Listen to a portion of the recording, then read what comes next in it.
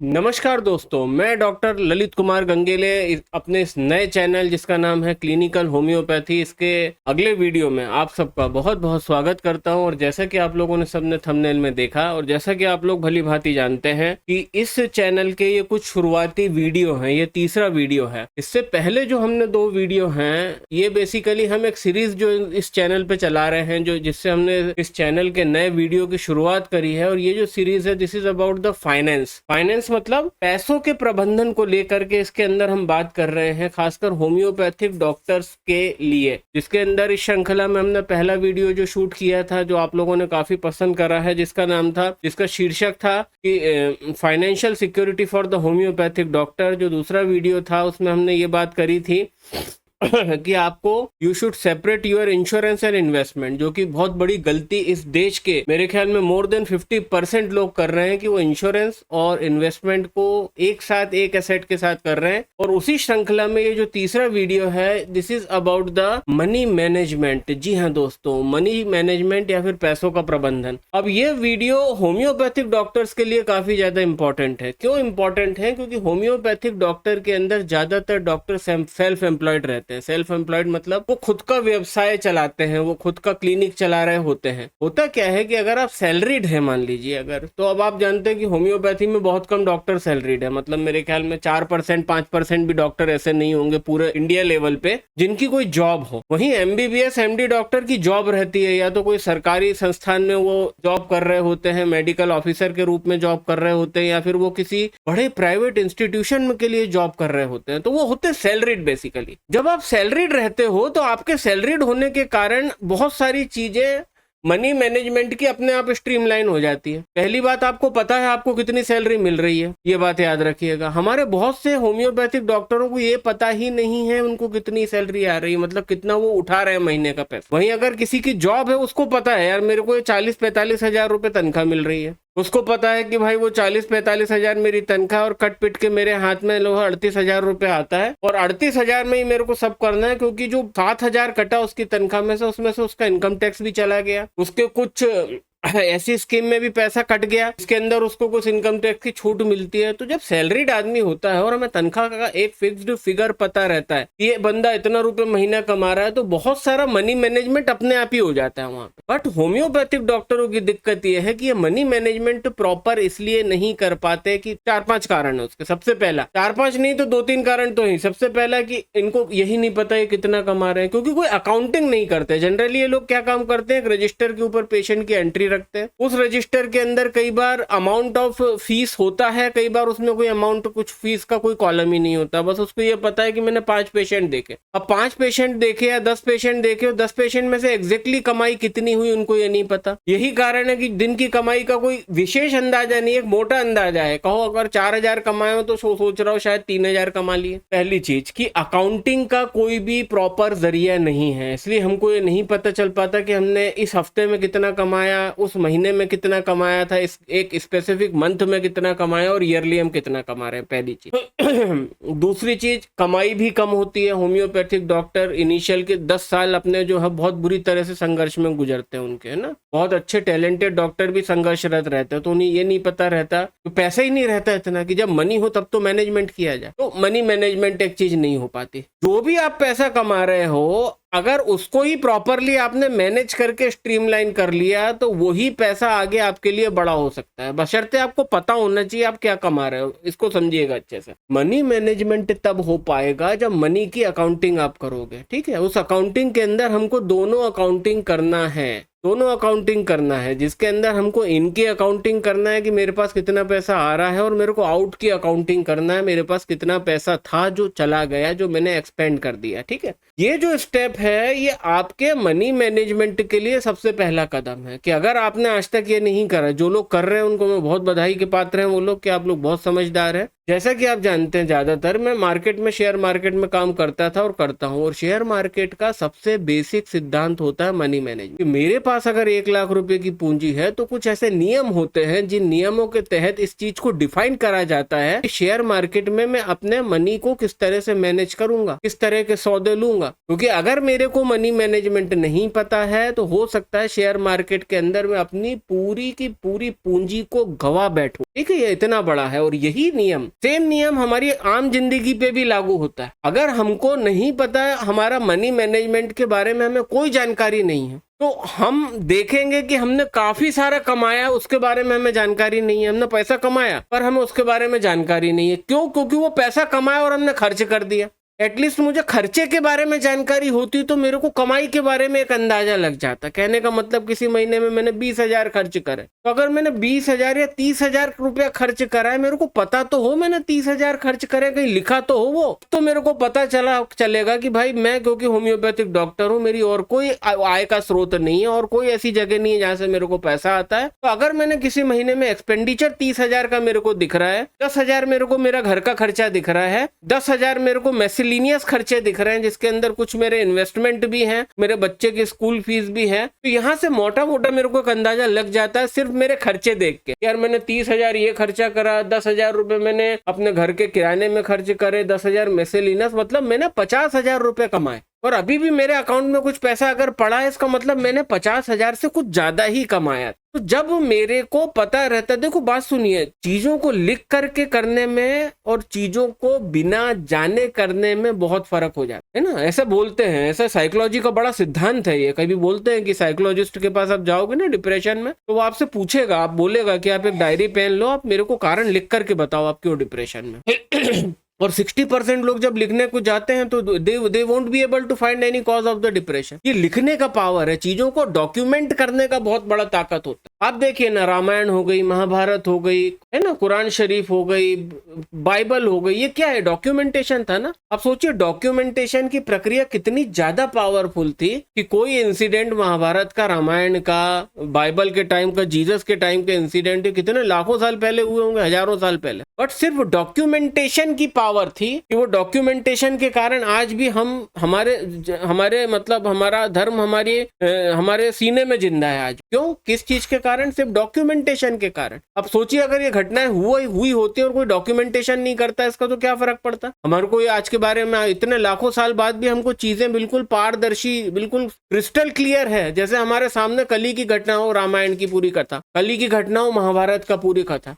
क्यों? क्योंकि डॉक्यूमेंटेशन कर। And documentation of the finance and financial statistics makes the first foundation of the money management. अगर आपको अपने लाइफ के अंदर मनी मैनेजमेंट करना है, ठीक है, खासकर मनी मैनेजमेंट की जरूरत दोस्तों वहां होती है जहां बंदा कम पैसा कमा रहा है। अगर बंदा 2 लाख रुपया महीना कमा रहा है और उसका खर्चा 70,000 है, उसको कोई मनी मैनेजमेंट की जरूरत नहीं, क्योंकि जितना उसका खर्चा है उससे 3 गुना वो कमा रहा है। अब ये आदमी डॉक्यूमेंटेशन रखे ना रखे, अंधा पैसा महीने का खर्च करे, 70,000 का खर्च है या 1 लाख रुपया खर्च कर दे, 50% इसकी कमाई का ये उड़ा दे, इसको फर्क नहीं पड़ेगा। ना ही इसको मनी मैनेजमेंट करने की जरूरत है। क्यों? क्योंकि उसकी कमाई, उसकी जो खर्चे से बहुत बड़ी कमाई है उसके। तो मनी मैनेजमेंट कहाँ लगता है? जहां पे हमारे पास छोटी कमाई है, ओछी पूंजी बोलते हैं, शेयर मार्केट की भाषा में ओछी पूंजी बोलते हैं इसको। ओछा समझते हो ना, छोटा, और पूंजी मतलब इन्वेस्टमेंट। हमारे पास जब छोटा पैसा होता है ना शेयर मार्केट में, तो उससे हमको एक एक ट्रेड बड़ा संभल के लेना पड़ता है। जैसे मेरे पास 1 लाख की पूंजी है, तो 1 लाख का मनी मैनेजमेंट में कैसे करूंगा कि मैं डिलीवरी के लिए मैंने माल ले लिया। डिलीवरी मतलब बड़ी कंपनी के शेयर परचेस करके रखे, जो रिस्क नहीं है मेरे को कि मेरा रेट, मेरे ने जो एक्सपेक्टेशन लेकर के खरीदा, 1000 का खरीदा, मेरा एक्सपेक्टेशन 1500। अब 1500 मेरा जो उसका भाव अगर 1 साल बाद आएगा, मैं 1 साल में बेच दूंगा। अगर 6 महीने में 1500 का रेट आ गया, मैं 6 महीने में निकाल दूंगा। तो मैंने क्या करा, 1 लाख में से 80,000 के ये शेयर खरीदे और 10,000 रुपए मैंने रिस्की ट्रेड लेने के लिए रखा। तो यहाँ मैंने अपने मनी को मैनेज करा कि 80% पैसा मैंने बिल्कुल सेफ रखा,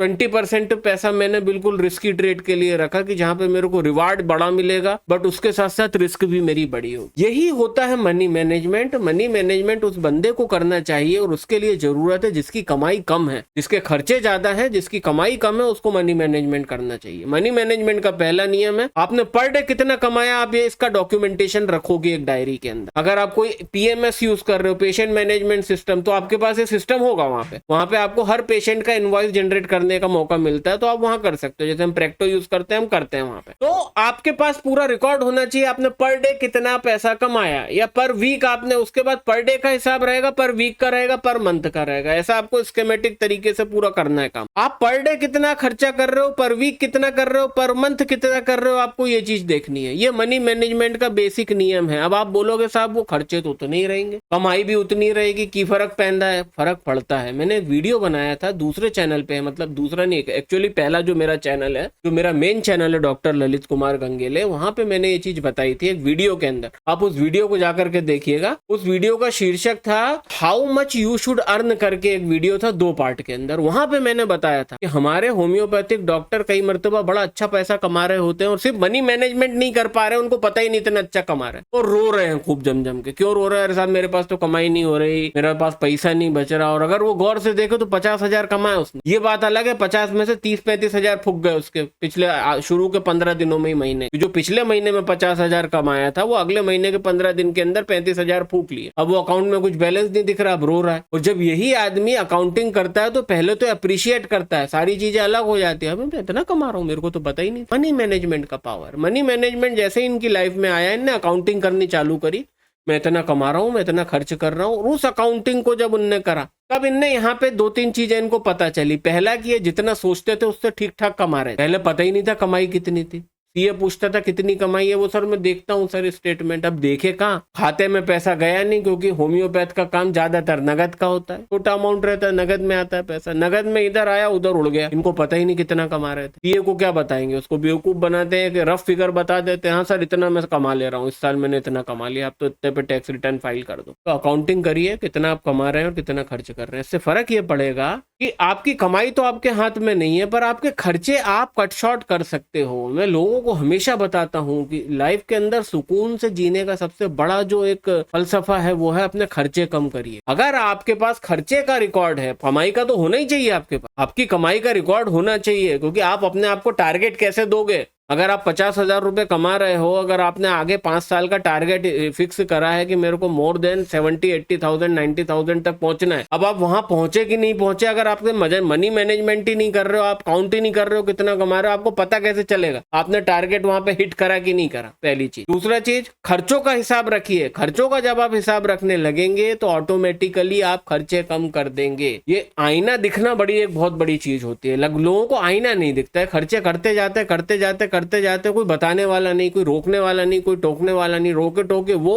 या खुद भी ये तब अपने आप को सेल्फ कंट्रोल करे जब इसको पता है मैं कितना खर्चा कर रहा हूं। तो जब मनी मैनेजमेंट के अंदर आपके पास एक्सपेंसेस का आपके पास डाटा होगा, तो उस एक्सपेंसेस के अंदर आप बहुत बढ़िया तरीके से मैनेज कर सकते हो चीजों को। और दोस्तों, बड़े होने का सबसे बड़ा नियम ये कहता है कि जो ज्यादा पैसा कमाता है वो नहीं बनता है बड़ा आदमी। जिस बंदे के पास मनी मैनेजमेंट होता है, वो मनी मैनेजमेंट जिसके पास है, वो उसका गुण है, वो आदमी बड़ा बनता है। इसलिए आपने आपके घर में कोई ना कोई रईस आदमी हुआ होगा, आपके मौसा होंगे, आपके फूफा होंगे, है ना, कोई बड़ा आदमी हो सकता है, आपके दादा होंगे। तो आप इन लोगों का जब कहानी सुनोगे ना, तो आप ये देखोगे कि ये लोग हमेशा अपने खर्चे जरूर लिखते थे। ये बड़े थे, बहुत पैसे वाले थे, पर खर्चे लिखते थे। और कहीं ना कहीं उनके बड़े होने के पीछे उनकी यही आदत थी जो उनको बड़ा बनाती, क्योंकि पैसा कमा लेना आसान होता है, पैसा कमा लेने में कोई रॉकेट साइंस नहीं है। बड़ा सिर्फ वो आदमी बनता है जो अच्छी कमाई के साथ साथ अच्छा मनी मैनेजमेंट करता है। और अब वीडियो को खत्म करते करते खासकर होम्योपैथों के लिए मैं एक चीज बताना चाहूंगा कि मनी मैनेजमेंट करिए अपने धंधे में। धंधे में मतलब आप जो काम कर रहे हो ना, आप होम्योपैथिक क्लिनिक चला रहे हो, आप लोग अगर गौर से देखोगे तो पर पेशेंट आपकी प्रैक्टिस का एक्सपेंस बहुत ज्यादा है। मैं खासकर उन लोगों से बात कर रहा हूँ जो लोग पेटेंट दे रहे हैं, जो लोग रेग वेग के महंगे आर सीरीज के डाइल्यूशन वो दे रहे हैं, लिक्विड दे रहे हैं, ड्रॉप दे रहे हैं। इन लोगों की प्रैक्टिस का पर पेशेंट एक्सपेंसेस बहुत ज्यादा है, इनको ये बात पता ही नहीं है। हम जैसा प्रैक्टिशनर जो सिर्फ होम्योपैथिक पिल्स पे काम कर रहा है और एक बायोकेमिक देता है, 2 होम्योपैथिक मेडिसिन देता है जो पिल्स के फॉर्म में होती है, 1 ग्राम या 2 ग्राम में, मेरे को ये जब पैकेज में पेशेंट को देता हूँ, इसका पैसा लेता हूँ, मेरे को यहाँ पे मनी मैनेजमेंट मेरा भाई यहाँ पे भी बहुत अच्छा, मेरा खर्चा कम है मेरी प्रैक्टिस के अंदर, मतलब पर पेशेंट मेरी जो लागत आती है, भाई लागत आती है ना, पैसा लगता है ना, जेब से डॉक्टर हो, दवाई देते हो, पैसा लगता है। तो जो बंदा 4 प्रकार का पेटेंट दे करके प्रैक्टिस कर रहा है, मदर टिंचर भी दे रहा है, डाइल्यूशन को ही डायरेक्ट दे रहा है, उस आदमी का खर्चा ज्यादा है। वो उसको लगता जरूर है कि मैंने एक पेशेंट से 1600 रुपए चार्ज कर लिए, पर 1600 जब वो चार्ज करता है तो उस गधे का खर्चा ही 900 रुपए है वो एक पेशेंट पे, और कमा वो 400-500 रुपए रहा है।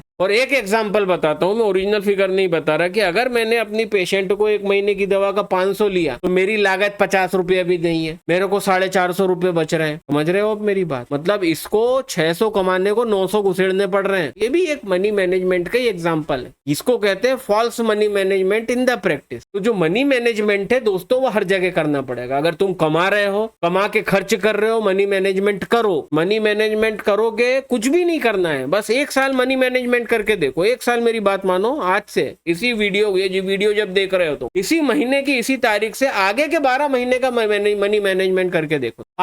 आपको फर्क लगेगा। आप देखोगे मनी मैनेजमेंट कर लिया तो आपकी कमाई भी बढ़ रही है, ठीक है। मनी मैनेजमेंट कर लिया आपने, एक्सपेंसेस के ऊपर जो गलत खर्चे हैं, फालतू के खर्चे हैं, वो आपने रोक दिए। जब वो खर्चे आप रोकोगे तो वो पैसा जाएगा कहाँ? अल्टीमेटली वो आपकी सेविंग्स में जाएगा ना भाई मैंने पैसा कमाया, अब मैंने जब ये पैसा कमाया, ये पैसा टप्प से गिरा यहाँ से आके, अब ये 2 जगह ही जा सकता है ना, या तो एक्सपेंसेस में जाए या सेविंग्स में जाए। जब ये एक्सपेंस में कम कर दूंगा तो ऑब्वियस बात है वो सेविंग में जाएगा, है ना। तो मनी मैनेजमेंट हर जगह है, रोजमर्रा की जिंदगी में भी मनी मैनेजमेंट है। अगर आप कमा रहे हो, खर्च कर रहे हो, मनी मैनेजमेंट सीखिए, बहुत जरूरी है। दूसरी चीज, खर्चे कम करिए अपने। मनी मैनेजमेंट अगर आपने प्रॉपर करा तो ऑटोमेटिकली खर्चे करना कम कर दोगे। क्यों? जलेगी ना देख देख के, जलेगी उस महीने का हिसाब देख के। बताओ यार, इसकी तो जरूरत ही नहीं थी यार, इतना घुस गया मेरा पैसा। अगर आप होम्योपैथिक क्लिनिक चला रहे हो, वहां पे मनी मैनेजमेंट बहुत ज्यादा जरूरी है कि आपकी पर पेशेंट लागत, खुद की जेब से तुम्हारा कितना पैसा जा रहा है। आपको ऐसा लगता है कि भाई हवा में प्रैक्टिस चल रही, नहीं चल रही हवा में प्रैक्टिस। भाई मेरी खुद की दुकान खरीदी हुई है, मेरी शॉप खुद की ओन्ड है, मेरे को किसी को साले को किराया नहीं देना है। उसके बावजूद भी जब मैं पर पेशेंट मेडिसिन देता हूँ, पैसे लेता हूँ, मैं काउंट करता हूँ मेरी लागत कितनी लग रही है। और आप लोग सब किराए की दुकान में हो तो लागत लगेगी ना भाई पर पेशेंट। तो वो आपको कैलकुलेट करना है कि भाई एक पेशेंट के ऊपर मैंने 1 पेटेंट, 2 पेटेंट, 3 पेटेंट, 4 पेटेंट दिए। 4 पेटेंट की टोटल कॉस्ट अगर मान लीजिए 800 रुपए है और आपको 60% डिस्काउंट में मिले हैं वो, तो आपके 400 रुपए लग गए यहाँ पे। ये लागत है तुम्हारी पर पेशेंट। तुम किराए का, दुकान का किराया दे रहे हो, दुकान का बिजली का बिल दे रहे हो, अगर एक कंपाउंडर रखा उस कंपाउंडर का तुम सैलरी दे रहे हो, ठीक है, साफ सफाई का तुम्हारे झाड़ू कटका लगाने बाई आती है उसका पैसा दे रहे हो। वो सारा पैसा आपको कौन देगा? अल्टीमेटली भाई पेशेंट ही देगा ना। तो मनी मैनेजमेंट यहाँ पे भी आपको चाहिए। रोजमर्रा की जिंदगी में जो चाहिए वैसा का वैसा मनी मैनेजमेंट आपको प्रैक्टिस में चाहिए। आपकी प्रैक्टिस के अंदर कि आपकी प्रैक्टिस की लागत कम कर लोगे, अगर तुमको पता है तो तुम लागत कम कर लोगे। तुमने देखा कि यार मैं पेटेंट दे रहा हूँ, साला इतने महंगे पड़ रहे हैं मेरे को, पता चला तुमने 1 लाख का धंधा करा, 1 लाख में से 40,000 तो तुम्हारा वो ले गया फार्मेसी वाला। क्यों? तुम्हारा पेटेंट का बिल इतना तगड़ा आता है और तुम खुश हो रहे हो, वो तुम्हारे को बिल्कुल बटरिंग कर रहा है, वो तुम्हारा एमआर बैठ के, अरे साहब डॉक्टर साहब कितने अच्छे, इतना पेटेंट निकालते हैं। अरे भाई तुम अपने लिए कमा रहे हो, ये तुम्हारे उसके लिए होम्योपैथिक मेडिकल स्टोर वाले के लिए कमा रहे हो जो तुमको सप्लाई कर रहा है। वहां पे भी मनी मैनेजमेंट करिए। और मनी मैनेजमेंट हर जगह आपको करना चाहिए। जहां पे भी पैसा आ रहा है, जहां पे भी पैसा आ रहा है, उस पैसे का प्रबंधन का पुख्ता इंतजाम आपको करना चाहिए। और ये इसलिए मैंने वीडियो बनाया कि जनरली होम्योपैथ लोगों की प्रैक्टिस ऐसी चलती है हवा में, और इन सब चीजों पे वो लोग ध्यान नहीं देते। आपको देना चाहिए क्योंकि ये बहुत बड़ा इंपॉर्टेंट सेक्टर है। अगर आप इसकी ख्याल रखेंगे तो भविष्य में आपकी कमाई बढ़ेगी, ठीक है। आपको प्रबंधन करने में, मनी मैनेजमेंट करने में और ज्यादा सहूलियत होगी। आप खर्चे कम करेंगे और अल्टीमेटली एक बड़ा आदमी बनने का बहुत बड़ा एक बोलते हैं एक होली ग्रेल और एक बहुत बड़ा मतलब फलसफा ये है कि जिस व्यक्ति को मनी मैनेजमेंट का जानकारी होगा वो आदमी बड़ा बन के रहेगा। आप ये बात याद रखिए। तो चलिए, बहुत बहुत धन्यवाद आप सभी लोगों का इस वीडियो को देखने के लिए और इस चैनल को इतना प्यार देने के लिए। अब आपसे मुलाकात होती है इसी श्रृंखला में। अभी एक वीडियो और उस वीडियो के अंदर आने वाले वीडियो में, वो भी प्रोबेबली फाइनेंस और डॉक्टर के फाइनेंस से संबंधित होगा। पर ये टॉपिक को खत्म करें, उसके बाद ड्रग पिक्चर स्टार्ट करेंगे। तो उसमें आपसे मुलाकात होती है। तब तक के लिए अपना बहुत ख्याल रखिएगा। नमस्कार।